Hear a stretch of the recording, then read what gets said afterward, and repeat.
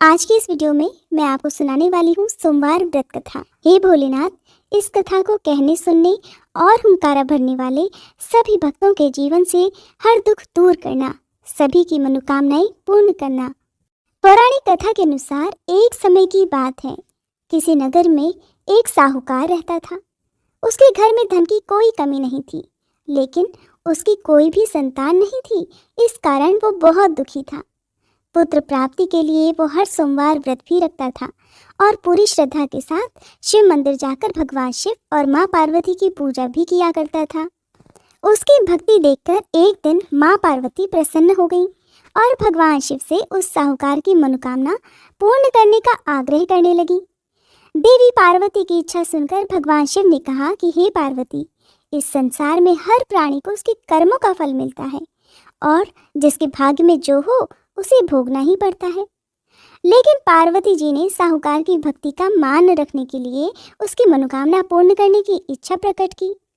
माता पार्वती के आग्रह पर भगवान शिव ने साहूकार को पुत्र प्राप्ति का वरदान तो दे दिया, लेकिन साथ ही ये भी कह दिया कि उसके बालक की आयु केवल 12 वर्ष की होगी। माता पार्वती और भगवान शिव के बीच इस संवाद को वो साहूकार सुन रहा था। उसे ये बात सुनकर ना तो खुशी हुई और ना ही दुख, बल्कि वो पहले की तरह भगवान शिव की पूजा करता रहा और उपवास भी रखता रहा। कुछ समय के बाद साहूकार के घर एक पुत्र का जन्म हुआ। जब वह बालक 11 वर्ष का हुआ तो उसे पढ़ने के लिए काशी भेज दिया गया। साहूकार ने पुत्र के मामा को बुलाकर उसे बहुत सारा धन दिया और कहा कि तुम इस बालक को काशी विद्या प्राप्ति के लिए लेकर जाओ और रास्ते में यज्ञ भी कराते जाना। जहाँ पर भी यज्ञ कराओ वहाँ ब्राह्मणों को भोजन कराते हुए और दक्षिणा देते हुए ही आगे बढ़ना। आप दोनों मामा भांजे इसी तरह यज्ञ कराते और ब्राह्मणों को दान दक्षिणा देते हुए काशी की तरफ चल पड़े। रास्ते में एक नगर पड़ा, जहाँ नगर के राजा की कन्या का विवाह था। लेकिन जिस राजकुमार से उसका विवाह होने वाला था वो एक आंख से काना था। राजकुमार के पिता ने अपने पुत्र के काना होने की बात को छुपाने के लिए एक चाल सोची। साहूकार के पुत्र को देखकर उसके मन में एक विचार आया। उसने सोचा, क्यों न इस लड़के को दुल्हा बनाकर राजकुमारी से विवाह करा दूं। विवाह के बाद इसको धन देकर विदा कर दूंगा और राजकुमारी को अपने नगर ले जाऊंगा। लड़के को दूल्हे के वस्त्र पहनाकर राजकुमारी से विवाह करा दिया गया। लेकिन साहूकार का पुत्र ईमानदार था, उसे ये बात बिल्कुल ठीक नहीं लगी। उसने अवसर पाकर मंडप में ही राजकुमारी के चुन्नी के पल्ले पर लिख दिया कि तुम्हारा विवाह तो मेरे साथ हुआ है, लेकिन जिस राजकुमार के संग तुम्हें भेजा जाएगा वो एक आंख से काना है। मैं तो काशी पढ़ने जा रहा हूँ। जब राजकुमारी ने चुन्नी पर लिखी बातें पढ़ी तो उसने अपने माता पिता को ये बात बताई। तब राजा ने अपनी पुत्री को विदा नहीं किया, जिससे बारात बिना दुल्हन के ही वापस चली गई। दूसरी ओर साहूकार का लड़का और उसका मामा काशी जा पहुंचे। वहां जाकर उन्होंने यज्ञ किया। जिस दिन लड़के की आयु 12 साल की हुई उस दिन भी यज्ञ रखा गया। लड़के ने अपने मामा से कहा, मामा, आज मेरी तबीयत कुछ ठीक नहीं है। मामा ने कहा कि तुम अंदर जाकर सो जाओ। शिव जी के वरदान अनुसार कुछ ही देर में उस बालक के प्राण निकल गए। मृत भांजे को देखकर उसके मामा ने विलाप करना शुरू कर दिया। संयोगवश उसी समय शिव जी और माता पार्वती उधर से जा रहे थे। माता पार्वती ने भगवान शिव से कहा, हे स्वामी, मुझे इस व्यक्ति के रोने का स्वर सहन नहीं हो रहा। आप कृपया इस व्यक्ति के कष्ट को अवश्य दूर करिए। जब भगवान शिव मृत बालक के पास गए तो कहने लगे कि ये तो उसी साहूकार का पुत्र है जिसे मैंने 12 वर्ष की आयु का वरदान दिया। हे देवी पार्वती, अब इस बालक की आयु पूरी हो चुकी है। लेकिन ममता से विभोर होकर माता पार्वती जी कहने लगी, हे महादेव, आप तो सभी के दुख दूर करते हैं, अपने भक्तों की मनोकामनाएं पूर्ण करते हैं। कृपया आप इस बालक को दीर्घायु होने का वरदान प्रदान करें, अन्यथा इसके वियोग में तो इसके माता पिता भी तड़प तड़प कर मर जाएंगे। माता पार्वती के आग्रह पर भगवान शिव ने उस लड़के को पुनर्जीवन होने का वरदान दे दिया। भगवान शिव की कृपा से वह लड़का जीवित हो गया। शिक्षा समाप्त करके लड़का अपने मामा के साथ वापस अपने नगर की ओर चल दिया। दोनों चलते हुए उसी नगर में जा पहुंचे जहां उसका विवाह हुआ था। उस नगर में भी उन्होंने यज्ञ का आयोजन किया। उस लड़के के ससुर ने उसे वहां पहचान लिया और महल में ले जाकर उसकी खूब खातिरदारी की और फिर ढेर सारा धन देकर अपनी पुत्री को उसके साथ विदा कर दिया। इधर साहूकार और उसकी पत्नी भूखे प्यासे रहकर अपने बेटे के आने की प्रतीक्षा कर रहे थे। उन्होंने प्रतिज्ञा ले रखी थी कि यदि उन्हें अपने बेटे की मृत्यु का समाचार मिला तो वो भी प्राण त्याग देंगे। परंतु अपने बेटे के जीवित होने का शुभ समाचार पाकर वे बहुत प्रसन्न हुए। उसी रात को भगवान शिव ने व्यापारी के स्वप्न में आकर कहा, हे श्रेष्ठी, मैंने तेरे सोमवार के व्रत करने और व्रत कथा सुनने से प्रसन्न होकर तेरे पुत्र को लंबी आयु प्रदान की है। और इस प्रकार जो भी भक्त सच्चे मन से सोमवार का व्रत रखता है या इस कथा को सुनता है और पढ़ता है, उसके सभी दुख भगवान शिव दूर कर देते हैं और सभी मनोकामनाएं भी पूर्ण कर देते हैं। हे भोलेनाथ, जिस तरह से आपने साहूकार के दुख को दूर किया, उसी तरह से इस कथा को सुनने वाले सभी भक्तों के दुख दूर करना।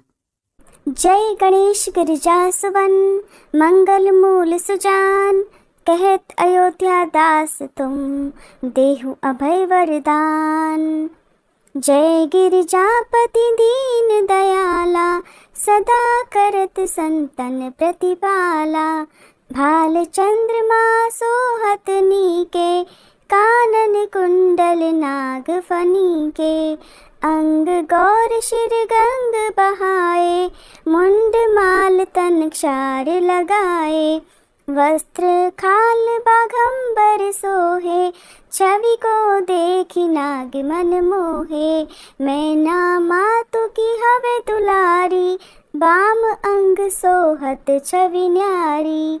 कर त्रिशूल सोहत छवि भारी, करत सदा शत्रुन क्षयकारी।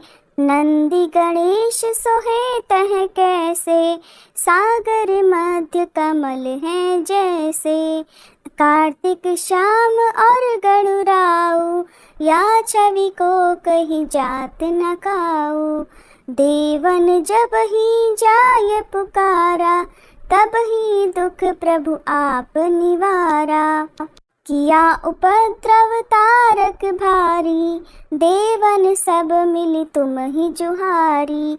तुरत षडानन आप पठायऊ, लव निमेष मह मारी गिरायऊ।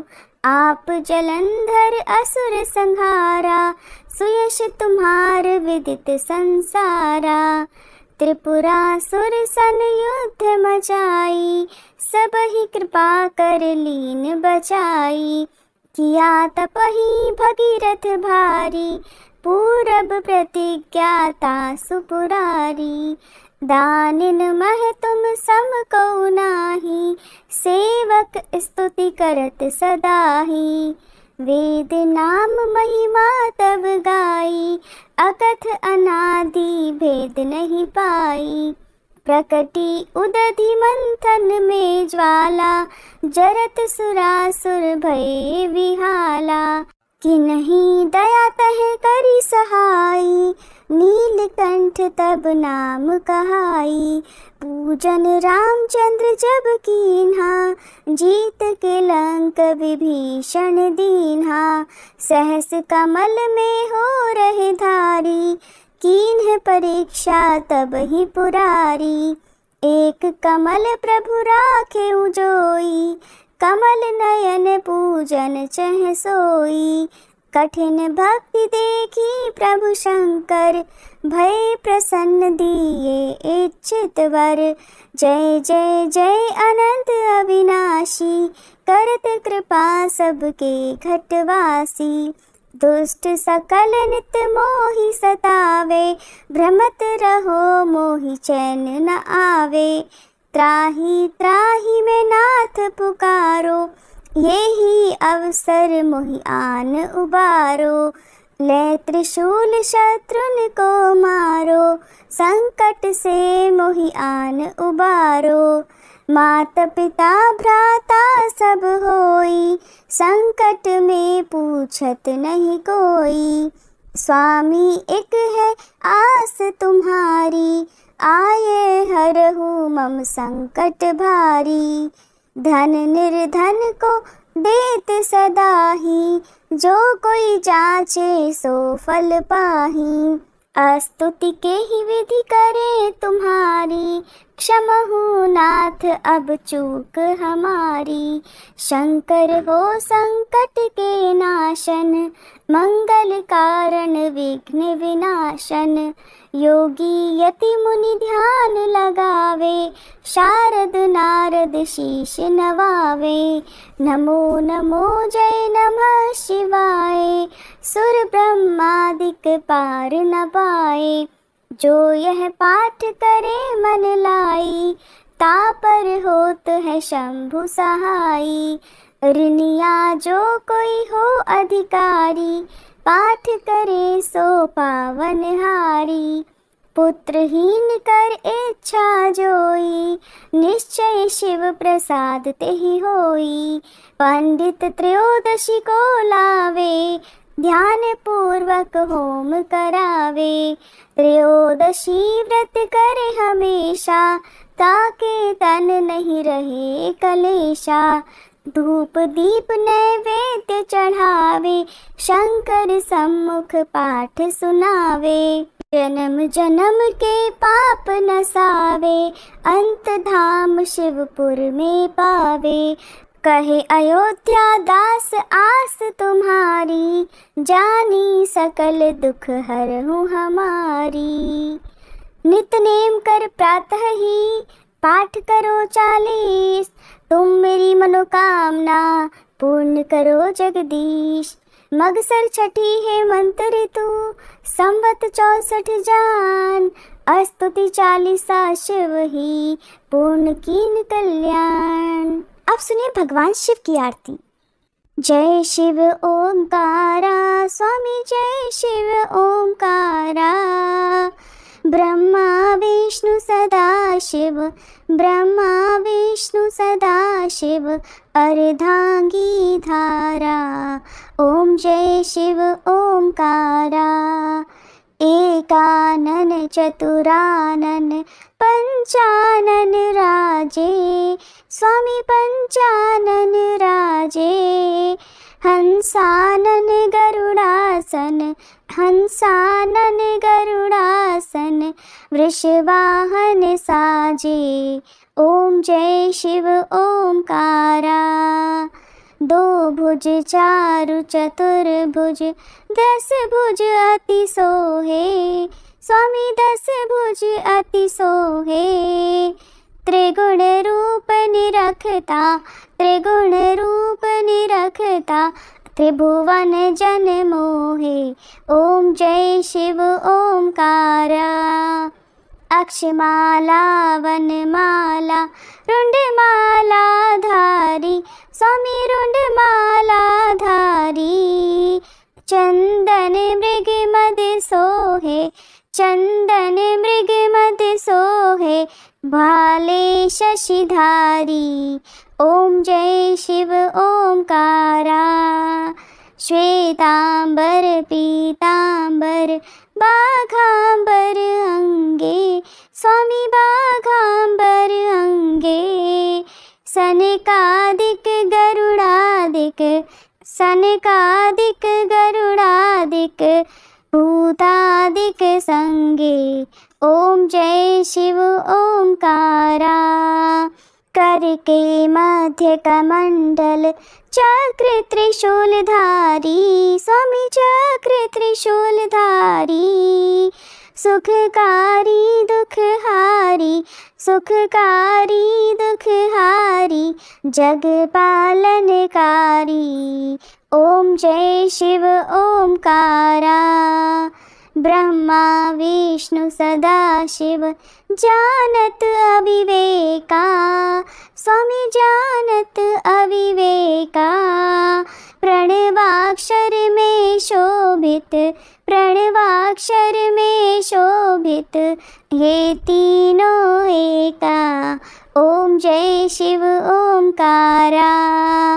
त्रिगुण स्वामी जी की आरती, जो कोई नर गावे, स्वामी जो कोई नर गावे। कहते शिवानंद स्वामी, रटते भोलानंद स्वामी, सुख संपत्ति पावे। ओम जय शिव ओमकारा, ओम जय शिव ओमकारा, स्वामी जय शिव ओमकारा। ब्रह्मा विष्णु सदा शिव, अर्धांगी धारा। ओम जय शिव ओमकारा, ओम जय शिव ओमकारा।